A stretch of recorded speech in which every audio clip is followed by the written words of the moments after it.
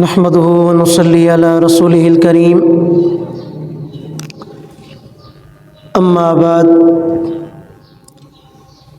فأعوذ بالله من الشيطان الرجيم بسم الله الرحمن الرحيم إن المتقين في جنات وعيون آخذين ما آتاهم ربهم إنهم كانوا قبل ذلك محسنين كانوا قليلا من الليل ما يهجعون وبالأسحار هم يستغفرون سبحان ربك رب العزة عما يصفون وسلام على المرسلين والحمد لله رب العالمين اللهم صل على سيدنا ومولانا محمد وعلى آل سيدنا ومولانا محمد وبارك وسلم۔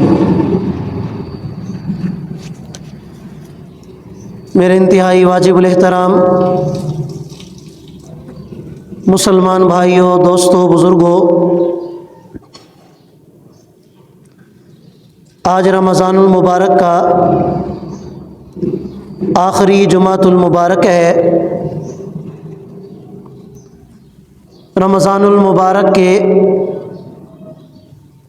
اس عظیم مہینے کے ختم ہونے میں چند ایام باقی ہیں۔ رب العالمین کی بارگاہ میں دعا گو ہوں کہ اللہ تعالی ہمیں ان باقی ماندہ ایام کی قدر کرنے کی توفیق عطا فرما دے۔ میرے محترم دوستو، چونکہ یہ رمضان المبارک کا آخری جمعہ ہے، اس اعتبار سے اس جمعہ کی اہمیت بڑھ جاتی ہے کہ اس کے بعد اگلے رمضان تک ہمیں اس طرح کا جمعہ نصیب نہیں ہوگا۔ اس لیے ہر مسلمان کو چاہیے کہ وہ اس مبارک دن کی گھڑیوں سے نفع اٹھا کر اپنے وقت کو قیمتی بنا کر اللہ تعالیٰ کی طرف سے اس کی رحمت اور اس کی برکت اور اس کی مغفرت کا اپنے آپ کو مستحق بنا لے۔ جب رمضان المبارک کا مہینہ شروع ہوتا ہے تو علماء کرام کی طرف سے تقریباً ہر مسجد کے اندر رمضان المبارک کے مقصد پر بات کی جاتی ہے، رمضان اور روزوں کے فضائل بیان کیے جاتے ہیں۔ آج چونکہ رمضان المبارک کا آخری جمعہ ہے تو یہ جمعہ گویا احتساب کا جمعہ ہے، اپنا محاسبہ کرنے کا جمعہ ہے کہ ہم نے یہ رمضان کس طرح گزارا، ہم نے اس رمضان کے اندر کتنے نیک اعمال کیے، ہم نے اس رمضان کے اندر کس قدر اللہ کو راضی کرنے کی کوشش کی۔ اس لیے کہ یہ تو ایسا مہینہ تھا کہ اس کے ہر لمحے کے اندر، ہر گھڑی کے اندر اللہ تعالیٰ کی رحمت بارش کے قطروں کی طرح برس رہی تھی۔ ہم نے اس رحمت سے کتنا نفع اٹھایا ہے تو اس کا محاسبہ کرنے کا وقت ہے۔ اپنے گریبان میں جھانک کر ہمیں خود ہی فیصلہ کر لینا چاہیے کہ ہم نے کتنا اپنے آپ کو اللہ کی رحمت کا مستحق بنایا ہے۔ علماء کرام کی طرف سے ہر مسلمان کو اس بات کی ترغیب دی جاتی ہے کہ جب رمضان المبارک کے آخری ایام ہوں تو ان آخری ایام کے اندر دو باتوں کا اہتمام کرنا چاہیے، اور وہی دو باتیں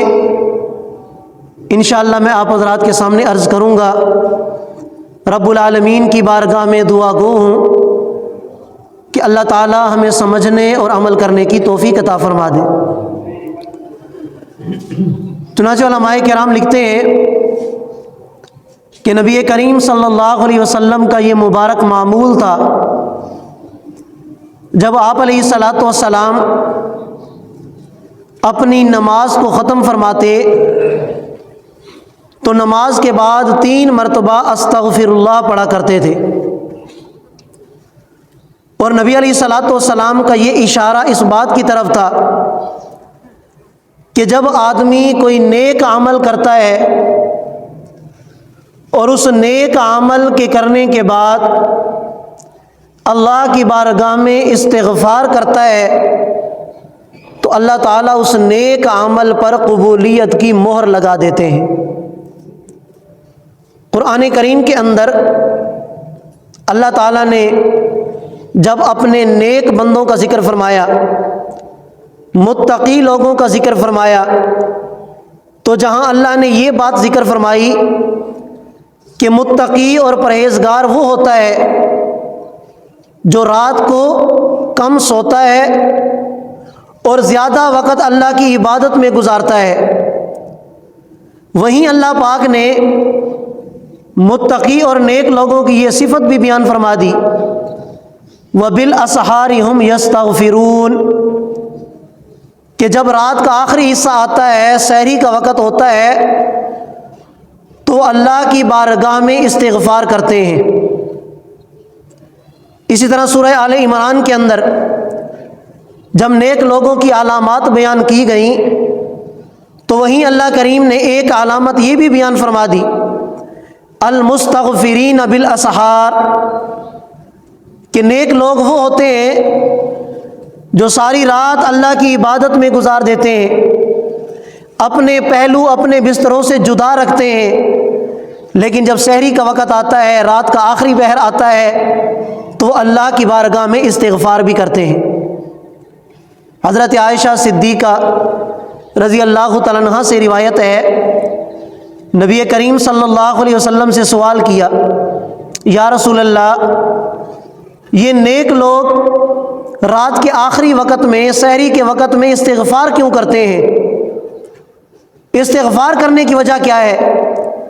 حالانکہ انہوں نے تو ساری رات عبادت میں گزار دی، ذکر و اذکار میں، قرآن کی تلاوت میں گزار دی، تو پھر استغفار کرنے کا کیا مطلب ہے؟ اس لیے کہ استغفار تو گناہوں پر کیا جاتا ہے، نافرمانیوں پر کیا جاتا ہے، انہوں نے تو ساری رات اللہ کی عبادت میں گزاری ہے۔ تو نبی کریم صلی اللہ علیہ وسلم نے ارشاد فرمایا، اے عائشہ، جب کسی نیک عمل کو کر لینے کے بعد اس پر استغفار کیا جاتا ہے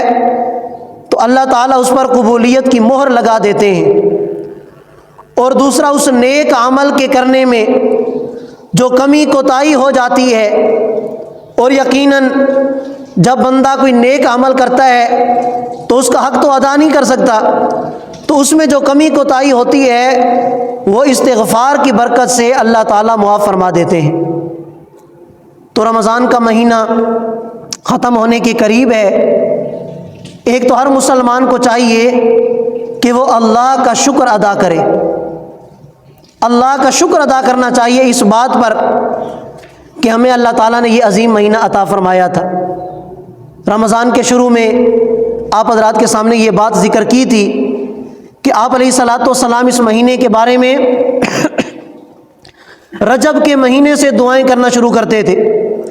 کہ یا اللہ ہمیں یہ مہینہ عطا فرما دے، اس مہینے تک ہماری زندگی میں برکت عطا فرما دے۔ جب اللہ تعالیٰ نے یہ مہینہ عطا فرما دیا تو اس مہینے کے عطا کرنے پر ہمیں اللہ تعالیٰ کا شکر ادا کرنا چاہیے۔ اور ایک اور بات کہ یہ جو رمضان کا مہینہ آتا ہے، اس مہینے میں مسلمان کی عبادات میں اضافہ ہو جاتا ہے۔ جو ایمان والے ہوتے ہیں ان کی عبادات میں فطری طور پر اللہ تعالیٰ کی طرف سے اضافہ کر دیا جاتا ہے، اور انہیں عبادات کا ثواب بھی بڑھا دیا جاتا ہے۔ چنانچہ رمضان کے مہینے میں اب سحری کے وقت میں اٹھ کر اکثریت وہ تہجد کی نماز بھی پڑھ لیتی ہے۔ ایسے لوگ بھی رمضان میں تہجد کا اہتمام کرتے ہیں جو سارا سال تہجد نہیں پڑھ سکتے، ان کے لیے اٹھنا مشکل ہوتا ہے۔ افطاری کے وقت میں دعاؤں کا اہتمام ہوتا ہے، روزے کی حالت میں اللہ تعالیٰ سے مانگنے میں تلاوت، ذکر و اذکار کا اہتمام ہوتا ہے، اور پھر تراویح کی نماز کی صورت میں 20 رکعات نماز تراویح جماعت کے ساتھ پڑھنا۔ حالانکہ اکثر مسلمانوں کی اکثریت ایسی بھی ہے کہ جو 2 رکعات مشکل سے، 4 رکعات نفل، 6 رکعات، 8 رکعات تک 20 رکعات ایک ہی وقت میں اکٹھے پڑھنا یہ بہت ہی کم ہوتا ہے۔ تو چونکہ رمضان میں عبادات میں اضافہ ہو جاتا ہے تو اس بات پر بھی اللہ کا شکر ادا کرنا چاہیے کہ یا اللہ ہم تیرا شکر ادا کرتے ہیں کہ تو نے رمضان کا مہینہ عطا فرمایا اور اس میں تو نے ہمیں توفیق عطا فرمائی کہ ہم نے رمضان کے روزے رکھے، ہم نے رمضان میں تراویح پڑھی، قرآن کی تلاوت کی، تہجد کی نماز کی توفیق ملی، اشراق اور چاشت کی توفیق مل گئی، اوابین کی توفیق مل گئی، تو اس پر اللہ تعالیٰ کا شکر ادا کرنا چاہیے۔ اور اس کی وجہ کیا ہے کہ جب مسلمان بندہ اللہ کا شکر ادا کرتا ہے تو اللہ تعالیٰ اس کی نعمتوں میں اضافہ فرما دیتے ہیں، اللہ تعالیٰ اس کے لیے نیک اعمال کے راستے کھول دیتے ہیں۔ جب ہم اس بات پر اللہ کا شکر ادا کریں گے کہ یا اللہ آپ نے رمضان میں نیک اعمال کرنے کی توفیق دی، آپ نے رمضان کے اندر ہمارے نیک اعمال میں اضافہ کر دیا، جب اس نعمت پر اللہ کا شکر ادا کریں گے تو اللہ تعالیٰ ہمارے نیک اعمال کے کرنے والا جو راستہ ہوگا اس میں مزید اللہ تعالیٰ آسانیاں پیدا فرمائیں گے۔ تو پہلا کام تو ہم نے یہ کرنا ہے کہ چونکہ رمضان کا آخر ہے، کچھ ہی دنوں بعد رمضان ختم ہو جائے گا، ہم سے رخصت ہو جائے گا،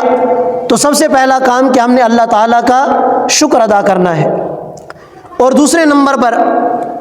کہ چونکہ رمضان کے آخری ایام ہیں تو ہمیں اللہ تعالیٰ کی بارگاہ میں توبہ کرنی چاہیے، گڑ گڑا کر اللہ تعالیٰ کی بارگاہ میں معافی مانگنی چاہیے۔ جس طرح میں نے ابھی بات ذکر کی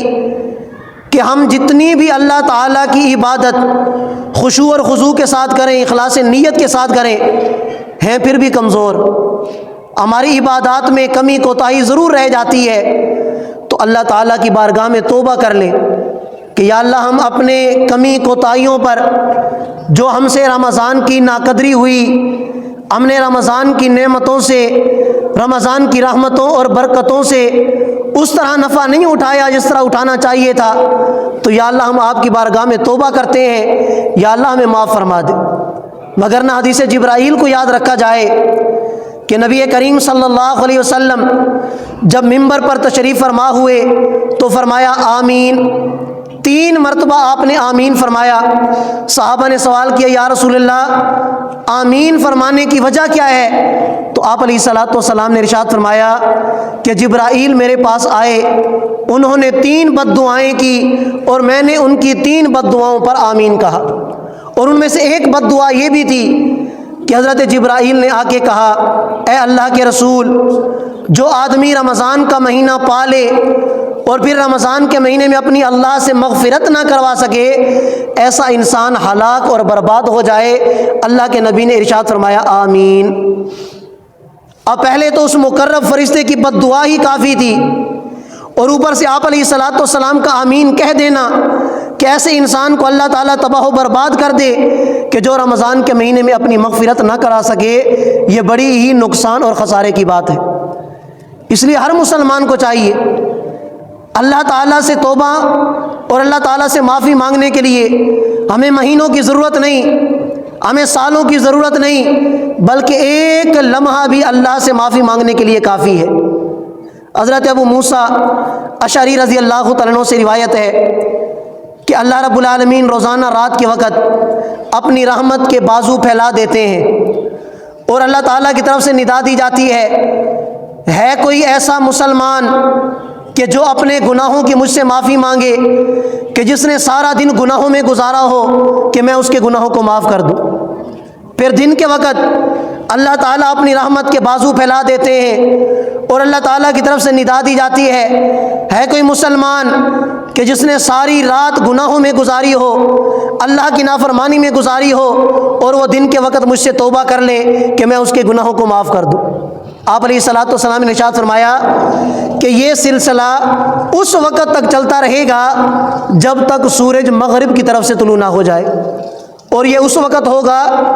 کہ جب قیامت قائم ہو جائے گی، اور قیامت کی سب سے بڑی نشانی یہی ہوگی کہ سورج مغرب کی طرف سے طلوع ہوگا اور اس وقت توبہ کا دروازہ بند ہو جائے گا۔ اس وقت تک یہ سلسلہ چلتا رہے گا۔ اب تو رمضان کا مہینہ ہے، ابھی تو ویسے بھی اللہ تعالیٰ کی رحمت بارش کے قطروں کی طرح برس رہی ہے۔ اللہ تعالیٰ کی رحمت کے بازو ہر وقت پھیلے ہوئے ہیں۔ جو مسلمان جس وقت اللہ سے صلح کرنا چاہے، اللہ تعالیٰ تو اپنی رحمت کے بازو پھیلا کے بیٹھے ہیں۔ آؤ میرے بندے، رات کے وقت بھی، دن کے وقت بھی، رمضان کے ایک ایک لمحے کے اندر اللہ تعالیٰ کی طرف سے یہ ندا دی جاتی ہے، آؤ میرے مسلمان بندے میرے ساتھ صلح کر لو۔ اگر تم اپنے گناہوں کی معافی مانگو گے، اگر تم اپنے گناہوں سے توبہ کرو گے، تو میں رب کریم تمہارے گناہوں کو معاف کرنے کے لیے تیار بیٹھا ہوں۔ وہ رب کریم تو اتنا کریم ہے، حضرت عمر فاروق رضی اللہ تعالیٰ عنہ کے زمانے میں ایک گانے والے کا واقعہ آتا ہے کہ وہ گانا گا کر گزارا کیا کرتا تھا۔ اس کا جو گزر بسر تھا، اللہ تعالیٰ نے اس کو خوبصورت آواز عطا کی تھی، تو وہ اپنی آواز کو استعمال کر کے لوگوں کو تھوڑا بہت خوش کر کے ان سے اپنے رزق کا بندوبست کیا کرتا تھا، اپنا بھی پیٹ پالتا، اپنے بال بچوں کا بھی پیٹ پالا کرتا تھا۔ اور جو جو وقت گزرتا گیا، اس کی عمر بڑھتی گئی، اس کی آواز بھی کمزور ہوتی چلی گئی، اور جب وہ بڑھاپے میں جا پہنچا، اب اس کی آواز ختم ہو گئی، تو لوگوں نے اس کا گانا سننا بھی چھوڑ دیا، اور اس گانے پر جو اسے اجرت ملا کرتی تھی، جو اسے مال و دولت ملا کرتا تھا، وہ بھی ختم ہو گیا، لوگوں نے وہ بھی دینا چھوڑ دیا۔ اب یہ بیچارہ بڑا پریشان ہے کہ میرا تو گزر بسر اسی گانے پر تھا، میں لوگوں کو اپنی آواز کا جادو دکھا کر، اپنی آواز کا جادو سنا کر ان سے مال و دولت لیا کرتا تھا، اب تو لوگ سننا تو دور کی بات، مجھے اپنے قریب بٹھانے کے لیے بھی تیار نہیں ہوتے۔ تو روایات کے اندر آتا ہے کہ یہ بڑا پریشان حال ہو کر، تنگ دست ہو کر جنت البقیع میں چلا جاتا ہے، اور وہاں ایک جھاڑی کے پیچھے بیٹھ کر اللہ تعالیٰ کی بارگاہ میں ہاتھ اٹھاتا ہے اور اللہ تعالیٰ سے دعا مانگنے لگتا ہے۔ اور یہ جھاڑی کے پیچھے کیوں گیا اور اس نے قبرستان کا چناؤ کیوں کیا؟ اس لیے کہ روایات میں آتا ہے کہ اس آدمی کو شرم آ رہی تھی کہ اب میرا اللہ کیا کہے گا اور لوگ کیا سمجھیں گے، کہ ساری زندگی تو اسے ہوش نہیں تھا، ساری زندگی اس نے نافرمانی میں گزار دی، ساری زندگی اس نے گناہوں میں گزار دی، اور اب جب بوڑھا ہو چکا ہے، اب اسے خیال آیا ہے، جنت البقیع میں جاتا ہے، جھاڑیوں کے پیچھے چھپ کر اللہ کی بارگاہ میں دعا کے لیے ہاتھ اٹھاتا ہے، اور اللہ کی بارگاہ میں عرض کرتا ہے، اے رب کریم، اے میرے عظیم اللہ، آج میں نے جو تجھے یاد کیا، میری ساری زندگی غفلت میں گزر گئی، میں نے ساری زندگی گناہوں میں گزار دی، اور اے رب کریم آج تجھے یاد کیا ہے تو وہ بھی اپنے پیٹ کے لیے یاد کیا ہے، اپنے بیوی بچوں کے لیے یاد کیا ہے۔ یا اللہ ساری زندگی گناہوں میں گزاری، تیری یاد کبھی نہ آئی، نہ میں نے کوئی عبادات کی، نہ میں نے تیرے حقوق ادا کیے، نہ تیرے بندوں کے حقوق ادا کیے۔ یا اللہ آج جب تیری یاد آئی ہے تو وہ بھی اپنی بھوک کی وجہ سے، اپنے فاقے کی وجہ سے، اپنے بیوی بچوں کی وجہ سے، یا اللہ آج میرے رشتہ داروں نے مجھے چھوڑ دیا، وہ جو میرے چاہنے والے تھے اور میرا گانا سننے والے تھے اور میرے ساتھ محبت کرنے والے تھے، میں نے ان پر بڑی تمنائیں اور بڑی آرزوئیں لگا رکھی تھی کہ جب میں بوڑھا ہو جاؤں گا تو یہ مجھے کھلائیں گے، میرے قریبی میرا ساتھ دیں گے، میرے رشتہ دار میرا ساتھ دیں گے۔ اے رب کریم آج سب نے میرا ساتھ چھوڑ دیا، آج سب نے مجھے دھتکار دیا، یا اللہ مجھے تیرے در کے سوا اور کوئی در نظر نہیں آتا، تو یا اللہ میں تیرے در پر آ چکا ہوں، مجھے معاف کر دے اور میرے رزق کا بندوبست فرما دے۔ جب اس بندے نے آہوزاری کی، اللہ کی بارگاہ میں گڑ گڑا کر اللہ تعالیٰ سے معافی مانگی، تو اس وقت حضرت عمر فاروق رضی اللہ تعالیٰ عنہ کا دور تھا۔ حضرت عمر فاروق رضی اللہ تعالیٰ عنہ سوئے ہوئے تھے، تو اللہ تعالیٰ کی طرف سے خواب کے اندر حضرت عمر فاروق رضی اللہ تعالیٰ عنہ کو حکم دیا گیا کہ جاؤ جنت البقیع کے اندر ہمارا ایک بندہ ہم سے دعائیں مانگ رہا ہے، اپنی حاجات کو پیش کر رہا ہے، جاؤ اسے مغفرت کی خوشخبری سناؤ اور اسے اس کی جو بھی حاجات ہیں جا کر اس کی حاجات کو پورا کرو، اور جو بھی اس کی ضرورت ہے اس کی ضرورت کو پورا کرو۔ حضرت عمر فاروق رضی اللہ تعالیٰ عنہ نے جیسے سنا، فوراً نیند سے اٹھے اور ننگے سر ننگے پاؤں جنت البقیع کی طرف دوڑے کہ پتہ نہیں کون سا اللہ کا ایسا نیک بندہ ہے کہ جو اللہ کو پکارنے میں لگا ہے کہ اللہ تعالیٰ نے خواب کے ذریعے مجھے حکم دیا کہ جاؤ اور اس کی ضرورت کو پورا کرو۔ جب حضرت عمر فاروق رضی اللہ تعالیٰ عنہ دوڑتے ہوئے جنت البقیع کی طرف گئے اور اس گانے والے نے دیکھا کہ حضرت عمر فاروق دوڑتے ہوئے میری طرف آ رہے ہیں، تو وہ گانے والا بھی ڈر گیا کہ اب تو میری خیر نہیں، اس لیے کہ حضرت عمر کا تو یہ طریقہ تھا کہ جو یہ گانے والے ہوتے تھے، گناہوں کے کام کرنے والے ہوتے تھے، حضرت عمر فاروق انہیں چھوڑتے نہیں تھے، تو وہ ڈر گیا۔ جب حضرت عمر فاروق دوڑتے ہوئے جنت البقیع کی طرف گئے تو وہ آدمی حضرت عمر کو دیکھ کر بھاگ پڑا۔ حضرت عمر نے کہا کہ بھائی 1 منٹ کے لیے رک تو جاؤ۔ اس نے کہا کہ تم میری طرف کیوں آ رہے ہو؟ تمہیں کس نے بھیجا ہے میری طرف اور تم مجھے مارنے کے لیے آ رہے ہو؟ تو حضرت عمر فاروق رضی اللہ تعالیٰ عنہ نے ارشاد فرمایا کہ میں تجھے مارنے نہیں آیا بلکہ اللہ کی طرف سے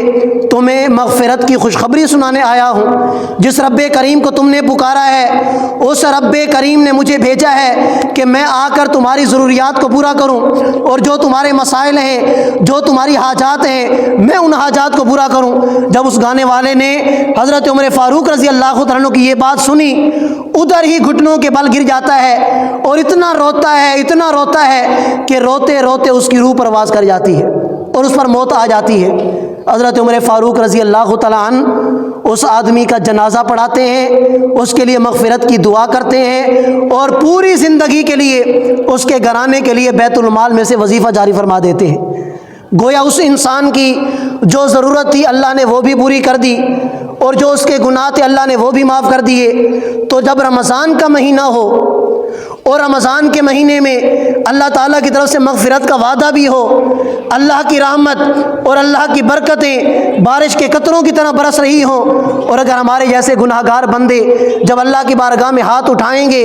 اللہ تعالیٰ سے معافی مانگیں گے، تو کیا خیال ہے اللہ تعالیٰ ہمارے ہاتھ کو خالی لوٹائیں گے؟ ہماری جھولی کو خالی لوٹا دیں گے؟ یہ ہو ہی نہیں سکتا۔ اللہ تعالیٰ کی رحمت سے یہ امید نہیں کی جا سکتی کہ وہ اتنا رب کریم اور اتنی غفور الرحیم ذات کہ جب اس کے سامنے کوئی بندہ ہاتھ پھیلائے، جھولی پھیلائے اور پھر اس عظیم مہینے کے اندر اور اس عظیم مہینے کی راتوں میں اور اس عظیم مہینے کے دنوں میں وہ رب کریم اس کی جھولی کو کبھی خالی نہیں لوٹائے گا، بلکہ اللہ تعالیٰ اس کی جھولی کو مغفرت سے بھر دیں گے، رحمت اور برکت سے بھر دیں گے۔ تو میں نے عرض کیا کہ ابھی بھی ہمارے پاس موقع ہے، ابھی بھی ہمارے پاس چانس ہے، ہم اللہ تعالیٰ کو راضی کر سکتے ہیں۔ ابھی بھی ہمارے کئی مسلمان بھائی ایسے ہوں گے کہ جنہوں نے رمضان میں غفلت کی ہوگی، کسی نے روزے چھوڑے ہوں گے، کسی نے تراویح چھوڑی ہوگی، کسی نے زیادہ عبادات کی طرف توجہ نہیں دی ہوگی، تو ابھی بھی موقع ہے۔ 4 سے 5 دن اور باقی ہیں، روزہ بھی رکھ سکتا ہے، تراویح کی نماز بھی پڑھ سکتا ہے، ذکر و اذکار کے ذریعے، قرآن کی تلاوت کے ذریعے اپنے رب کو راضی کر سکتا ہے۔ خدا را یہ ہمارے پاس بہت بڑا موقع ہے۔ ہم افطاری کے وقت، سحری کے وقت میں، تہجد کے وقت میں اور رمضان المبارک کے آخری عشرہ کی ابھی جو 2 طاق راتیں باقی ہیں، ان طاق راتوں کے ذریعے بھی اپنے رب کو راضی کر سکتے ہیں۔ اگر ہم نے اپنے رب کو راضی کر لیا تو انشاءاللہ ثم انشاءاللہ یہ دنیا آخرت میں ہمارے لیے کامیابی کا ذریعہ ہوگا۔ اللہ تعالیٰ کی بارگاہ میں میں دعا گو ہوں کہ اللہ تعالیٰ ان 2 باتوں کا ہمیں اہتمام کرنے کی توفیق عطا فرمائے کہ اللہ کا ہم شکر بھی ادا کریں کہ اللہ نے یہ نعمت عطا فرمائی، اور دوسرا اپنے گناہوں سے اللہ تعالیٰ کی بارگاہ میں توبہ بھی کریں کہ ایسا یہ مہینہ ہمارا بغیر مغفرت کے خالی نہ جائے۔ اللہ تعالیٰ ہم سب کے گناہوں کو معاف فرما دے۔ وآخر دعوانا ان الحمد للہ رب العالمین۔ جزاکم اللہ خیرا۔